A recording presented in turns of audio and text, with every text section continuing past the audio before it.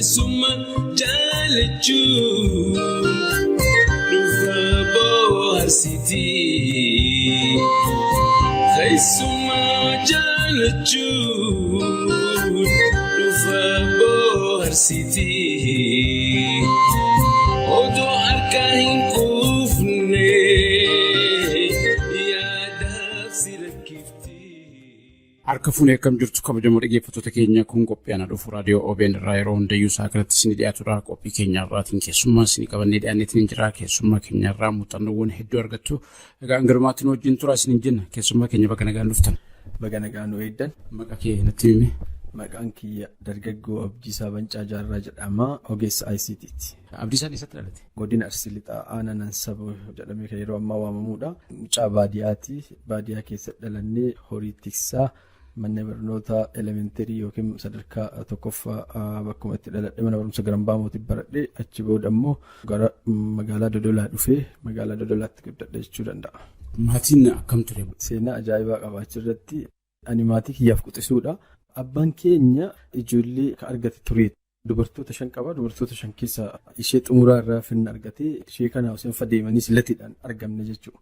Sillatiin erga argamne booda harmeen keenya isheen hangafaa mana keenya keessa baay'ee kabajamtuuf naannoo irratti sodaatamtuudha. Anaa fi isa hangafaa isheetu guddifatee isa hangafaa san barnoota afaan baasanii inni kutaa 12 barata yeroo san. San booda hin kennu jetteeti ana ijibbaatan. Abdiisaan kennu wanni fedhe haa dhufuudhanii gosa itti baasanii fira itti baasanii hin dadhabe abbaan kiyya. San booda na dhiisan barnoota akka hin galle na dhorkatee jechuudha. Ana kophatti nambisuu barbaaddu jedhanii maazariin jechuudha. San booda erga hangas hunda waggaa tokko wal fixanii booda obboleessi kiyya 12 fixeeti hin galenne. 12 akka fixanii galanii immoo masarata barsiisuu jedhanii namoota naannoo keessa jiru mana barumsaatti dhiyaatutti achi waamanii barsiisu. Akka muuxannootti qabamaaf.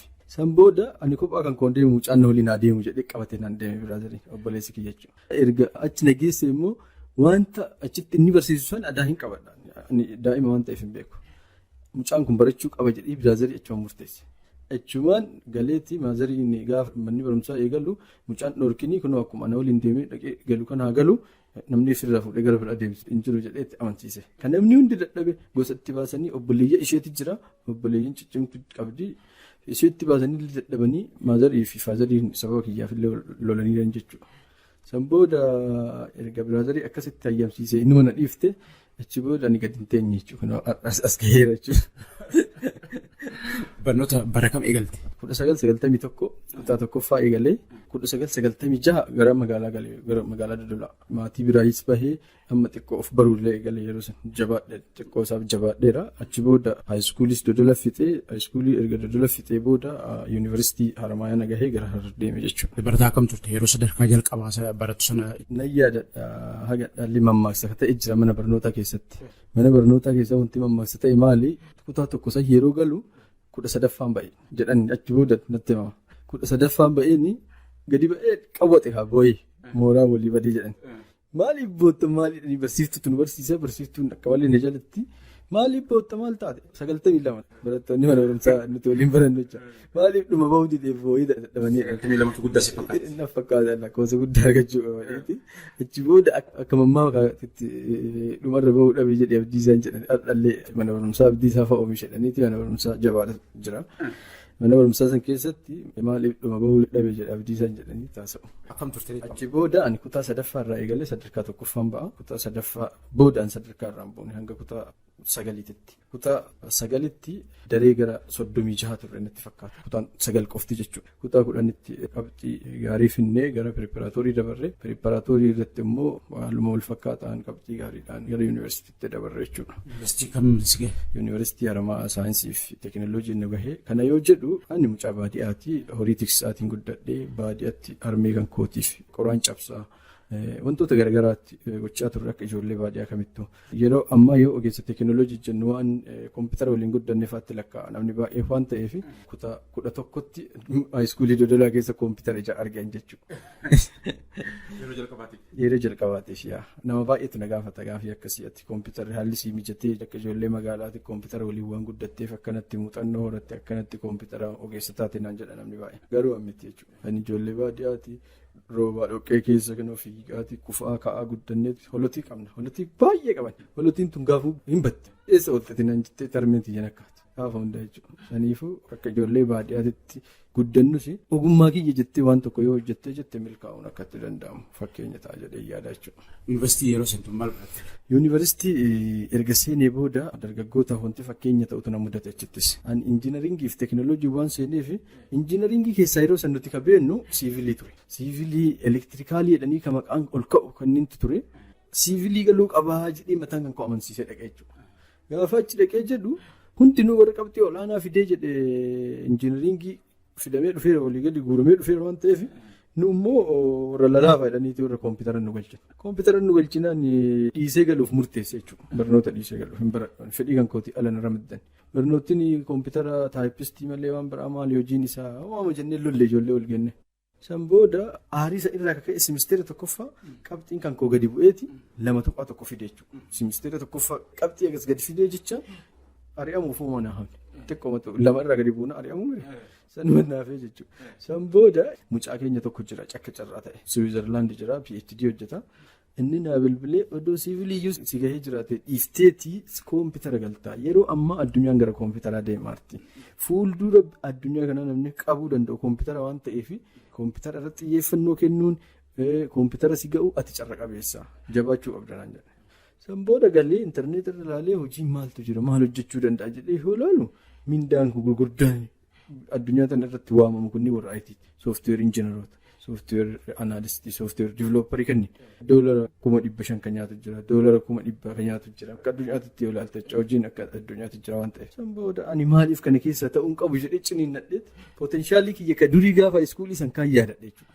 San booda qabxii kiyya sirreeffadhee 3.8 ol deebisee achi booda normaal poteenshaalii kan kooti itti fufeeti eebbifame gaafa eebbifamuuf jedhu piroojeektii haaraa hojjedhe jechuudha. Qabxiin keessaa 2.1 kaastee 3.8 fidee jechuudha ministeera lammaffaa. Yaada kiyya qofa of amansiisee wanti ani barnoonni amma carraan nagahe kun barnoota sirrii jedhee keessa kiyya of amansiiseeti qabxii kan koo ol kaafadhe jechuudha. Jireenya lafa kanaarra barnoota qofa irratti miti ani sadarkaa addunyaatti illee mo'adheera akka mo'achuu danda'u ofitti amaneetti qajeeleen mo'adheera jechuudha.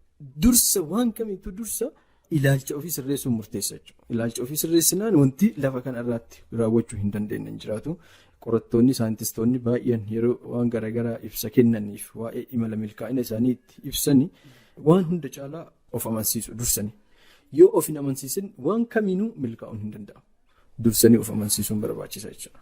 Sanii fi kan yuunivarsiitii keessatti barnootichi san cimmee qabuu kan kootiin gaafa ani kutaa keessa jiru assaayimentii yoo barsiisan kennu kuni ulfaata kana hojjennu jechuun hin jiru ana biratti. Kana hiyyaalla rakkoon hin jiru jedheeti ijoollee hin dandeenyu kana nun cinqisiisin barsiisan hin cinqisiisin jetti ijoollee waliin biran.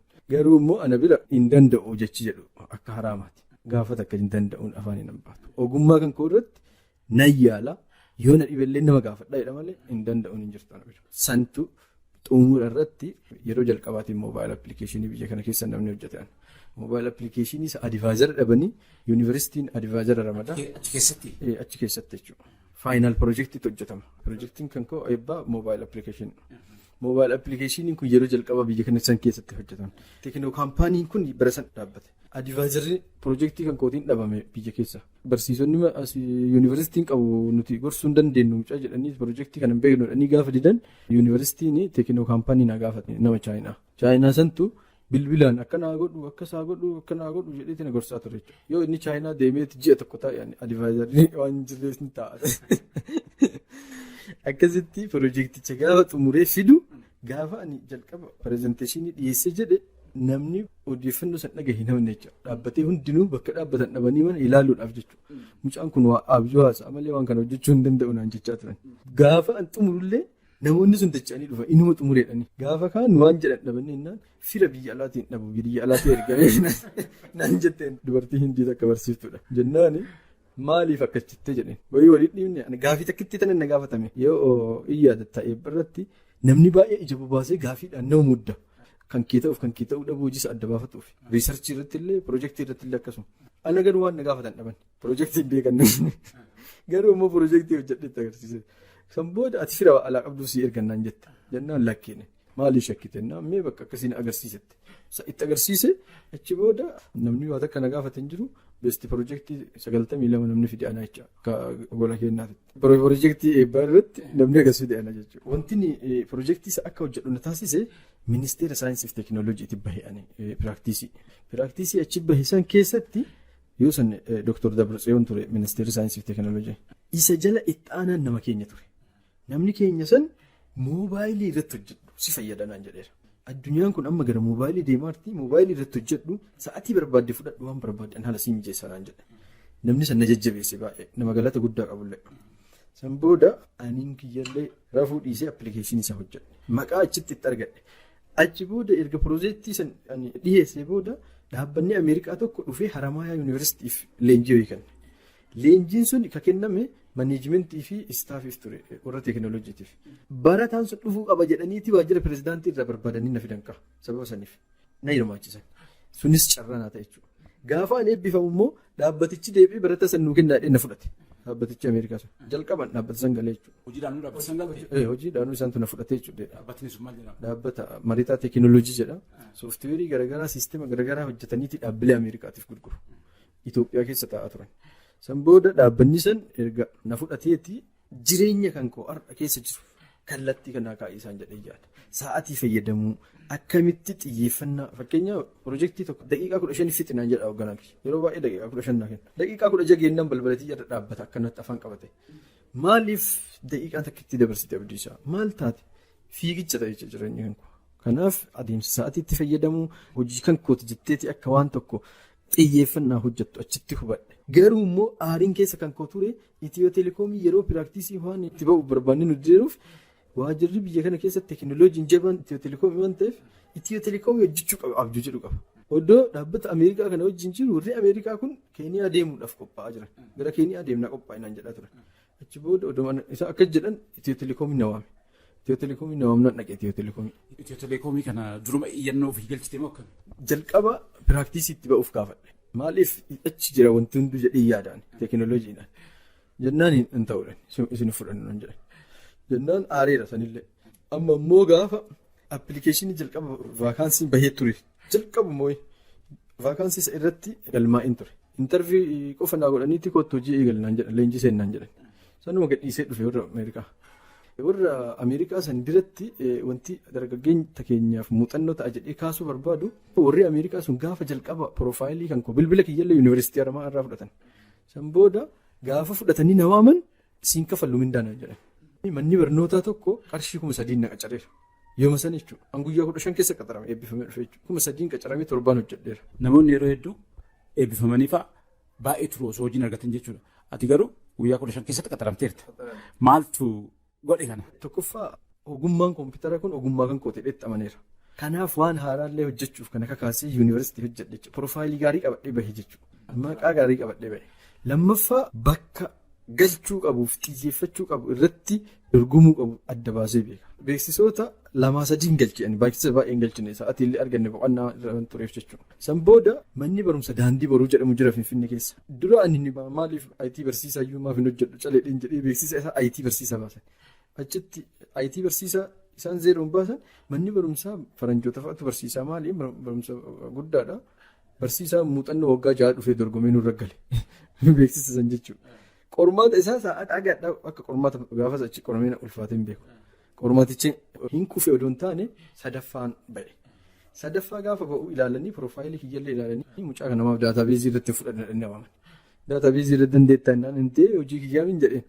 Achumaan daataabeezii irratti na ramade abbamti qabeenya na waame. Yoo an torban tokko hojjedhe warri faranjoota na waame. Warri faranjoota na waameeti bilbilinni na ciqanii nan dhaqe.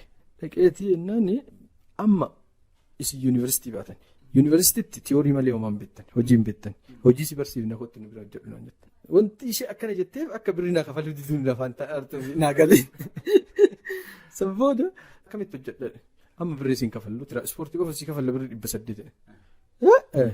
Mindaa qabee hin ta'u dhiigale. Mindaa 3,000 qaxaramee dhagaa. Sanuu dilee hangalee teennaan obboleessi kiyya bira gala. Obboleessi kiyya maal siin jedhan jedhina gaafate galgala.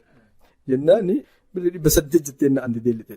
Deemee hojjedhe birrii barbaaddaa minaan jedhe. Guyyaan 100 takkaan sii muradhe. Je'atti birrii 3,000 warri asii sii kafalu hin argatta.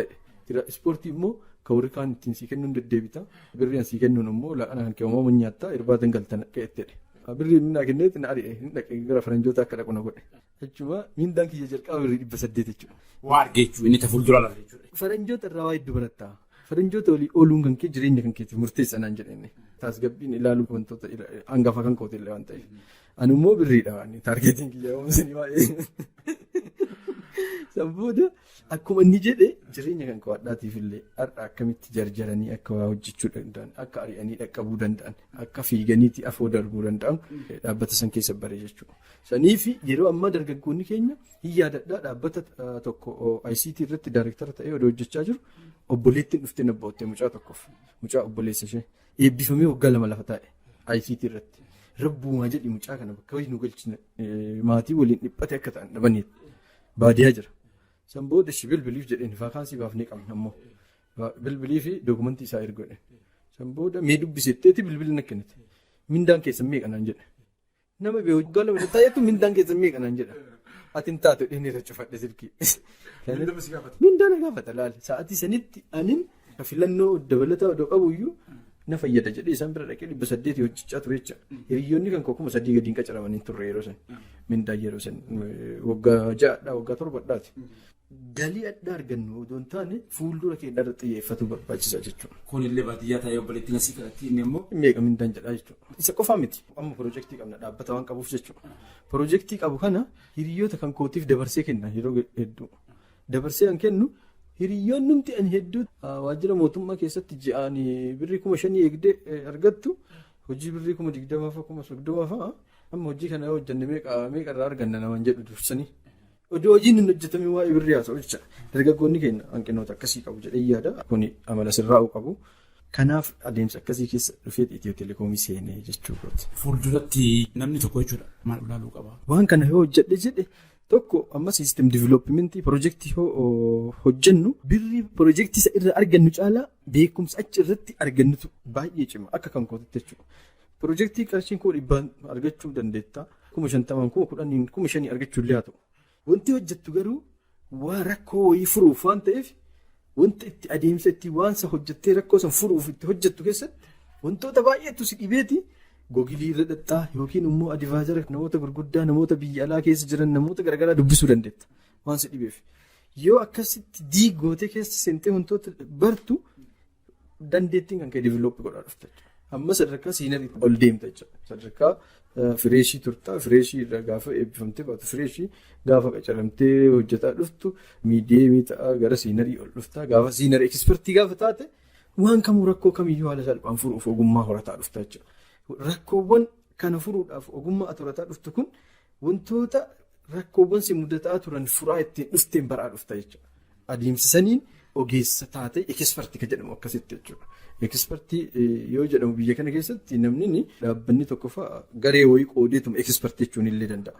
Garuu odoo hin taane irratti muuxannoo hojjettee horataa dhuftee wanta hojjetaa jirtu sirriitti beektee yoo muuxannoo gahaa horattee rakkoowwan naannoo kan kee jiru rakkoo keessa jirtu furuu gaafa dandeettu ekspertii kan jedhamtu. Egaa Abdiisaa Bancaatii kan dhaggeeffachaa jirtan kabajamoo dhaggeeffattoota keenya ogeessa IT ta'ee qophii anaa dhufu har'aatiin keessummaa keenya ta'ee muuxannoo isaa nu qoodaatiin jira. Abdiisaa guyyaan bohaartiidha dhaggeeffattoonni keenya sirballee nu affeeraa jechaatiin jiru. Mee sirba jaalattu dhaggeeffattoota keenyaaf nu affeeri. Sirbi an jaaladhu sirbaaceeti. Sirbaacee keessaa kama jaalattan affeera. Hayyee kabajamoo dhaggeeffattoota keenyaa sirba Haacaaluu kana isinii filanneetiin jira. Sirba kana caqasaatii gara booda walitti deebina.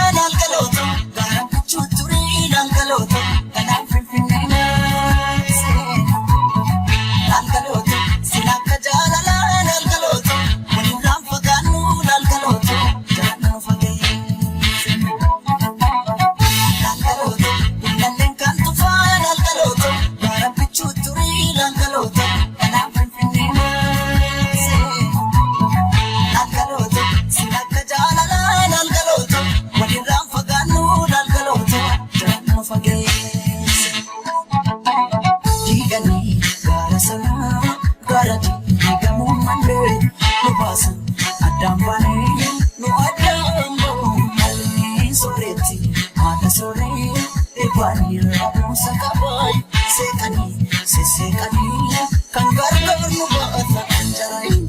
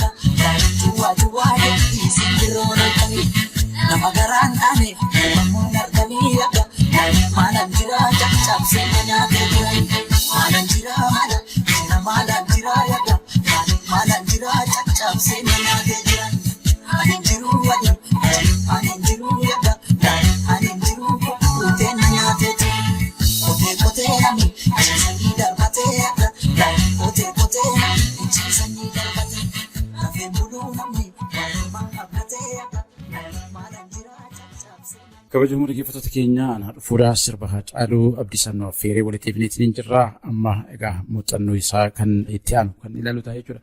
Mee Abdiisaan egaa barumsarraa gara addunyaa hojiitti seenteetiin jirta.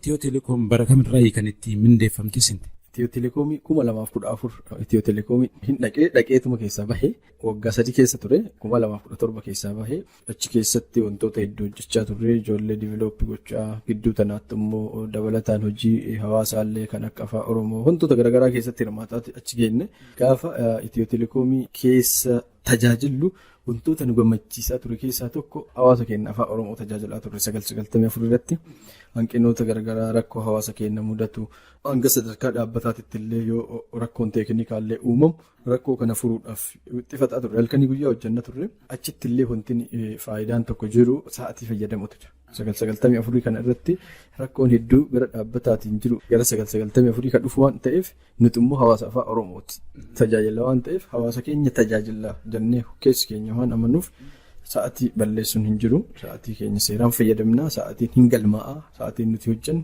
daqiiqaa 5 illee yoo barfanne maal isa banne waan jedhu ibsa kennuun dirqama ta'a jechuudha.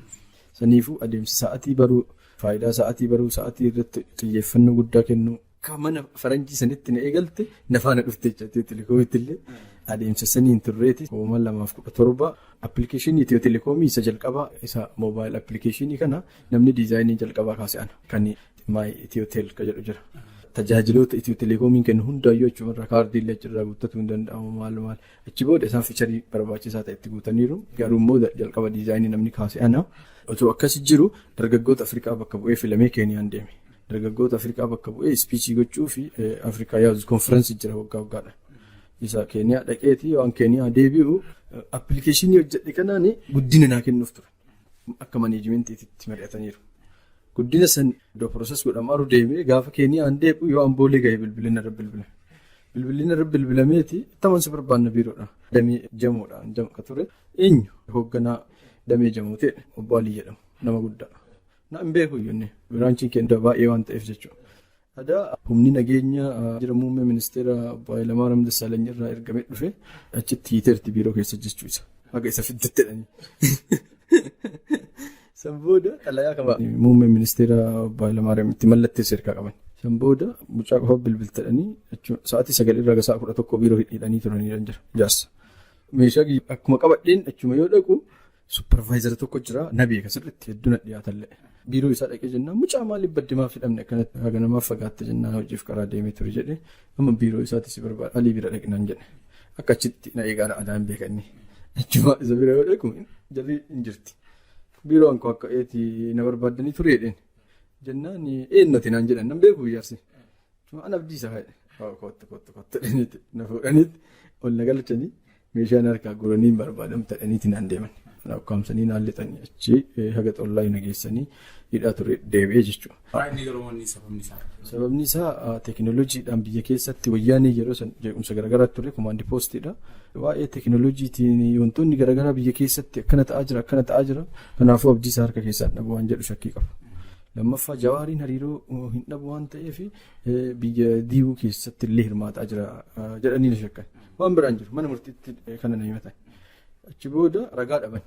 Kumaandarichi warra na qabee wallole. Mucaa nagaa lafa fuutanii fiddanii akkanatti as keessa teessiftan. Gaafii takka aduun gaafate akkami ji'a lama teessiftan jedhan ji'a lama taa'an achi keessa. Namni si gaafatu jiru. Naan akka waan takka nan gaafatin. Achi booda xollaa yaa deemu bakka xollaa deemee silxanaa fudhatee haa galuudhaan.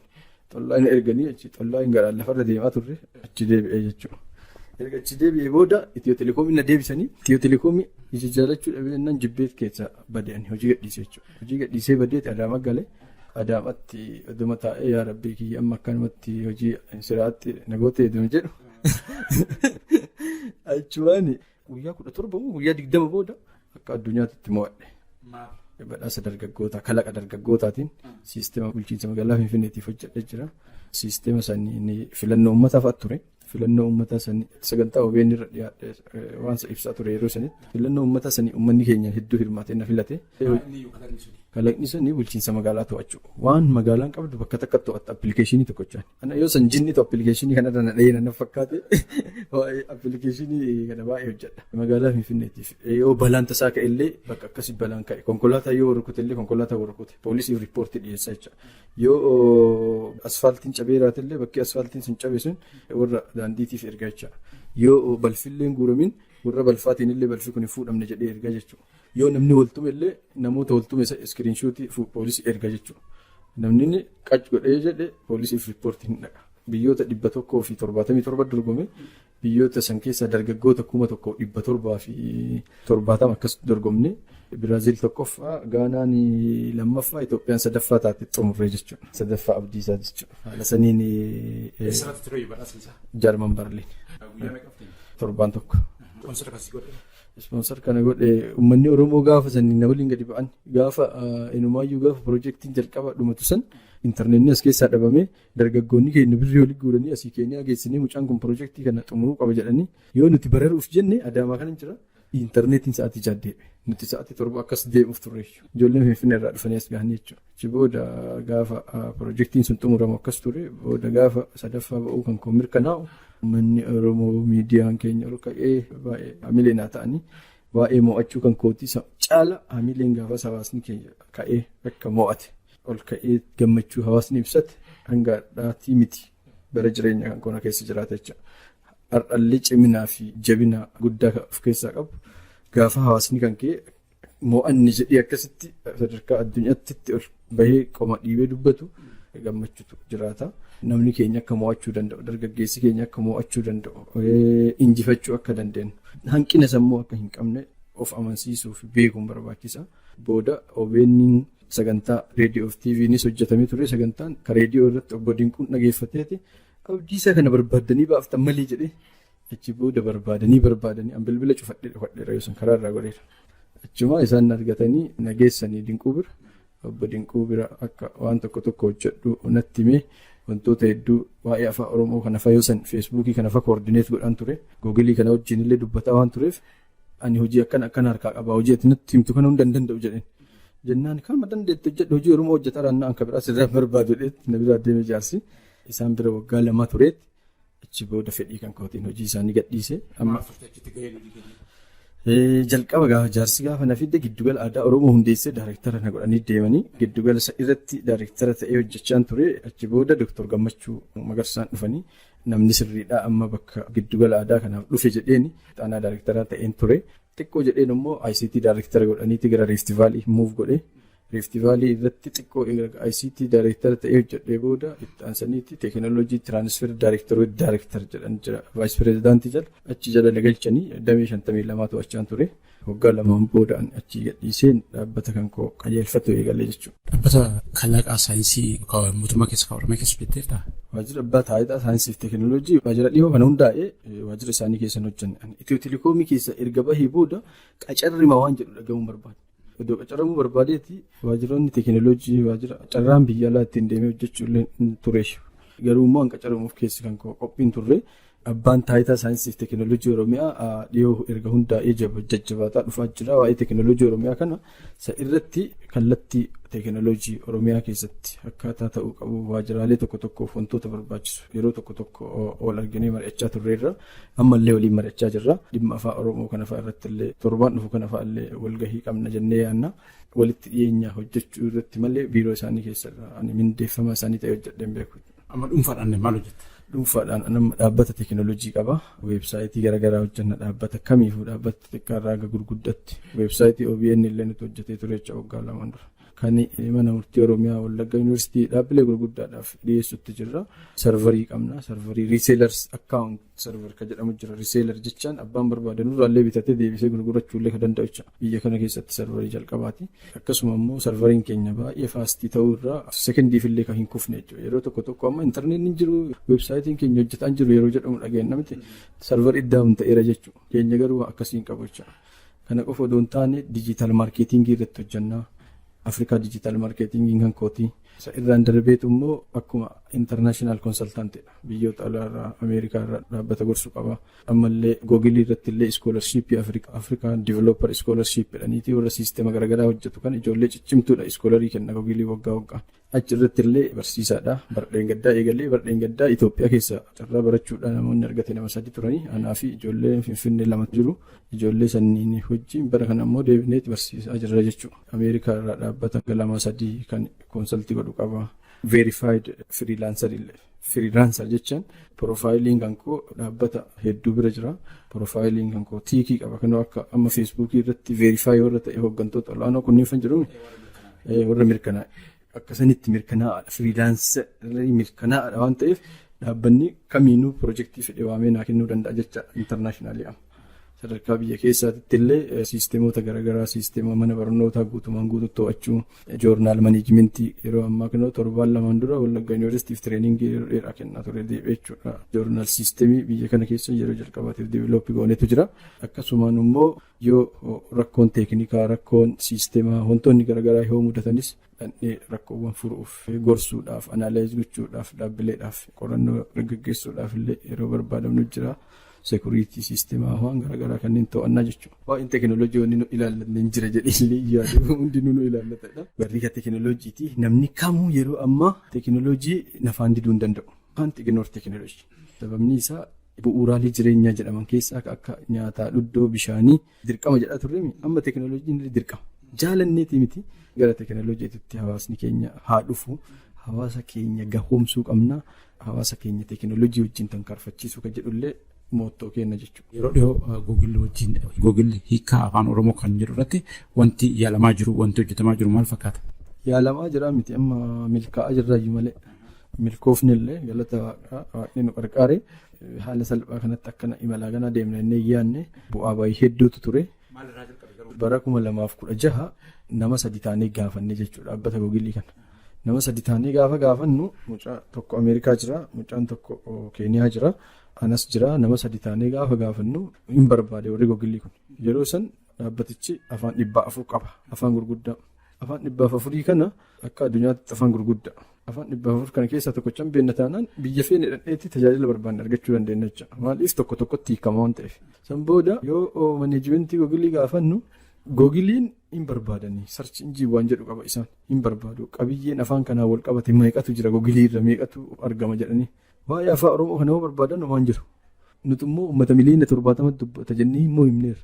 Waan uummanni miliyoona 70 dubbata akkamitti dhabame intarneet irraa nuun jedhan. Nu saalfachiisan.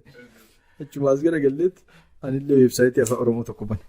Weebsaayitii afaan Oromoo tokko yoo banu gaafa weebsaayitii sun gadi dhiibne uummanni keenya biyya keessa alaa akkamitti bilbilaa ture. Barnoota afaan Oromoo jalqaba irraa kaasee haga xumuraachaan qubee, sagalee, jecha, himaa, keeyyata maal kanneen hunda qaba waan ta'eef namni hedduun gammadee bakkuma jiru taa'ee barachuu akka danda'u.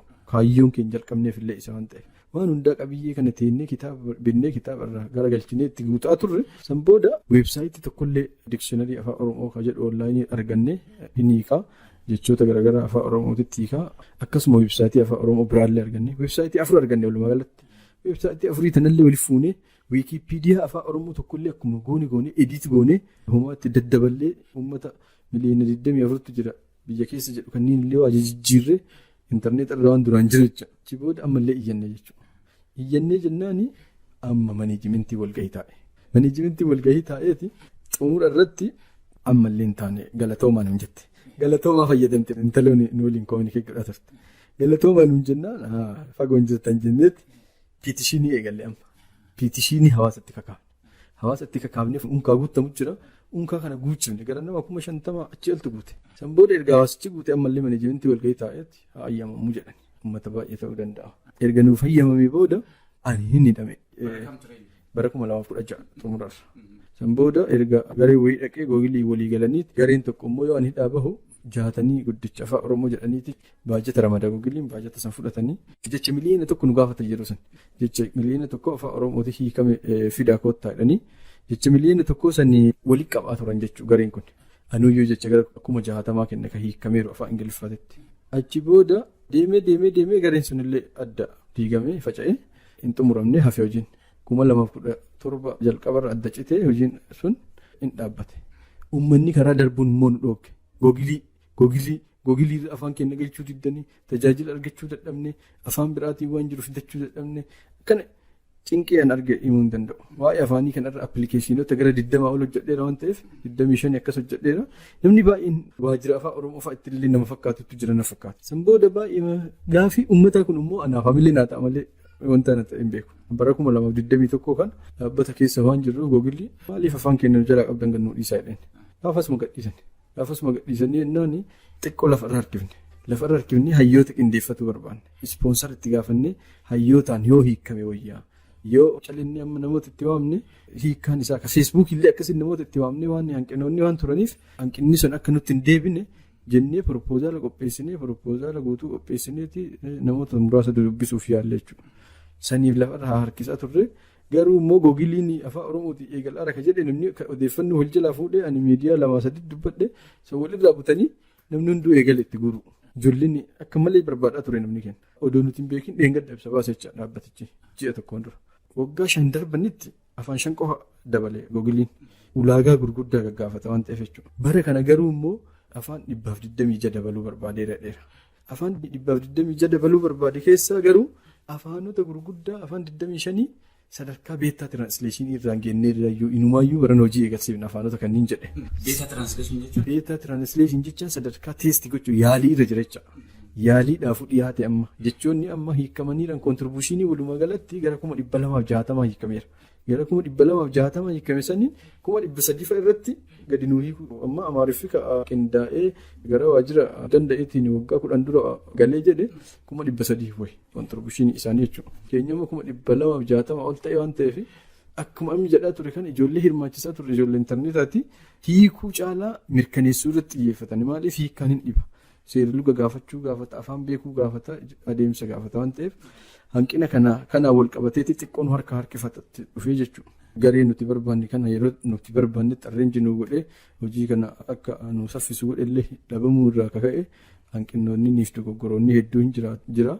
Achirraan kan hafe amma sadarkaa gara baay'ee deemne jechuudha. Parsantii 70 ol keessa jira jechuudha. Hiikaa afaanii kan Google kana mee dhaggeeffattoota keenyatti akkamitti himna yeroo fayyadaman akkan isaan fayyada kan jedhu mee akkamitti himna. Afaan Google irra galuun baay'ee murteessa. Baay'ee teekinooloojiin yeroo ammaa bu'uuraalee jireenyaa jenneerra Google teekinooloojii irra galchuu akkamitti ibsina afaan Oromoo teekinooloojiitti dabaluu akkamitti ibsina yeroo ammaa afaanota 609 jira. Afaan 609 jiru kana keessa saayintistoonni addunyaadha afaan 3500 waggaa 5 keessa badaa jedhameera.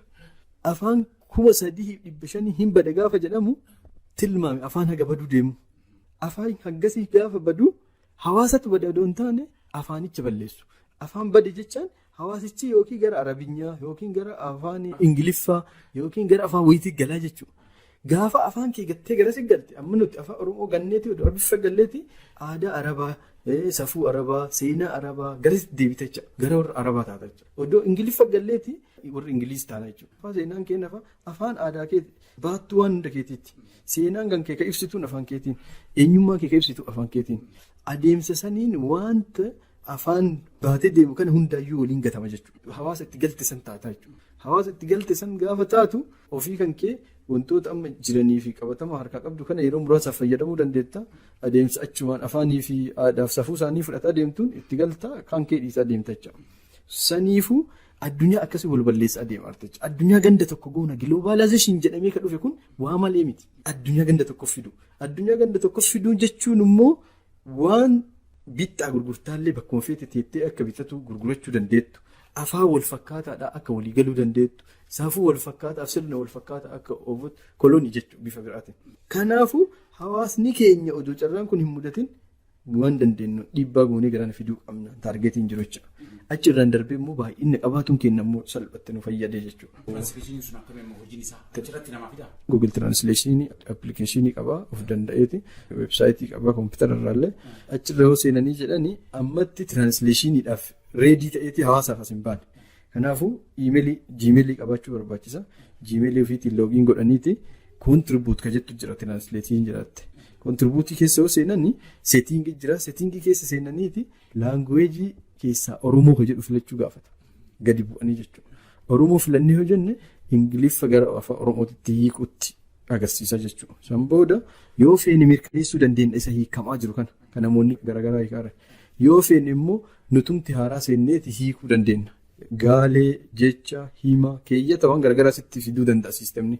Waan inni si fidesan waan inni Ingiliffaa agarsiisan guutummaatti afaan Oromootiin akkaataa ta'uu danda'utti caaseffama afaanii eegnee sirna tuqaalee isaa eegnee qubguddeessaaf qubee xiqqaa isaa ilaallee sirnaan hiikutu nurraa eegama. Yoo xumurree jenne next ka jedhu jira. Yoo next jennus gara siistema erga jecha wanta nuti hiikne san adeemsa saniin hiiku jiru. Garuu ammoo fiicharii dabalataa fiicharii addaa ka qabu beettaa tiraansleeshiniin dabalameera jecha. Beettaa tiraansleeshinii isa irratti Ingiliffaan barreessina. My name is Abdiisaa jedhee yoo an barreesse maqaan kan kee Abdiisaadha jedhee afaan Oromootiin agarsiisa jecha. Yoo akka jedhee natti agarsiifne dogoggora jira waan ta'eef akka dogoggora san sirreessu itti himna jecha siistematti. Adeemsa saniin amma sadarkaa yaalii irra geenyeerra yeroo gabaabaatti tajaajilaaf as baha jedhee yaada jechuudha. Warra afaanii wajjin waa hojjechaa jirtanii akka gara fuulduraa jechuudha hiikaa irratti rakkoon kan dhufne maaliif afaan Oromoo loqonni garaagarummaa qabaachuu danda'a. Caasaa isaa irratti illee garaagarummaan akka hin uumamne jechuudha. Kanaaf nuti qindeessineeti proposaalaan gochuu kan barbaanneef proposaala keenya san keessatti loqoda gola Oromiyaa hunda akka of keessaa hamatu hayyoota afaaniitii fi hayyoota teekinooloojii garee of keessaa qabu bakka takka teessifnee hojjechiisuu irratti xiyyeeffataa turre. Garuu immoo dhiyoo kana warreen garee inistituutii afaanii hundaa'e jedhan tokkos jira. Gareen sunis piroopoozala fudhatee calnu jala jedhee warra mootummaa hedduu deddeebinee gaggaafataa irraa warra abbaa taayitaa saayinsii fi teekinooloojii Oromiyaa kana wajjin illee dhimma isaa dubbataa jirra. Gareen barreessitoota jira. Gareen qindaa'eetii amma walii hojjetaa jiru. Gareen barreessitoota hayyoota isaanii yuunivarsiitoota garaagaraa jiru qindeeffatanii hirmaataa jiru. Amma garee feesbuukii tokko qabnaa jechuudha. Garee feesbuukii san keessatti gola Oromiyaa keessa namoota barbaadaa jennee namoota dandeettii qaban namoonni kunniin garee san keessatti jecha isaan dhibillee jecha isaan hanqina qabullee ka dogoggora ta'ellee kooppii godhaatiin garee san keessa pesti godhaa irratti mari'ataa irra walii galan irratti akka siisteema irra galu gochaa jiru haala gaariitu jira jechuudha. Kabajamoo dhaggeeffattoota keenya anaa dhufra kan caqasaatiin hin jirtan Abdiisaan sirba tokko nu affeertaa ergasii walitti deebina. Afaan Oromoodhaa isa jedhu. Ayyee sirba caqasaatii walitti deebina.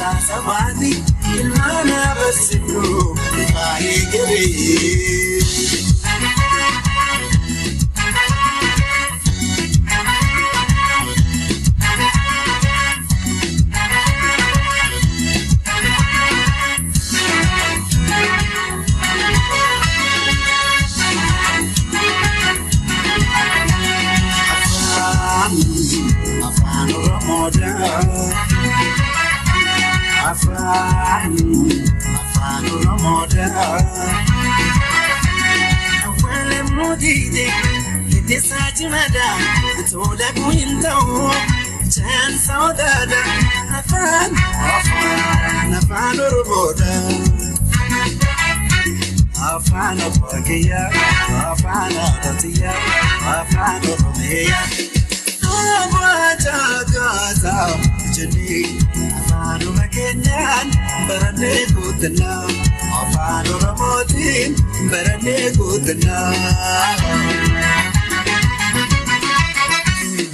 Utubaan ajaa'u afaan Oromootiin madda shakkuyeedhaa ila laftirriiti yoo mootii gabaate afaan Adagaati beeke afaan Oromoo.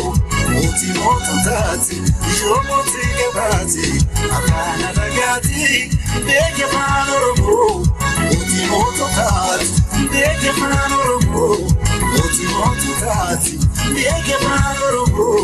Mootii moototaati beeke afaan Oromoo. Mootii moototaati barnoota barnoota barnoota barnoota.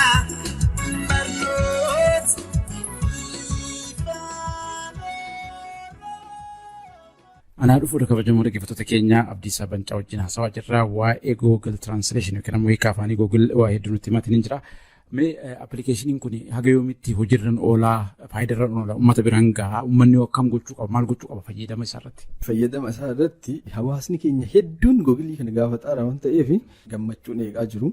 Gaafa afaanichi afaan hojii ta'uuf jedhan dhaabbanni Google ibsa baasee iyyuu miidiyaa hedduutu walirra nuqutaa ture namni hedduu argaa ture.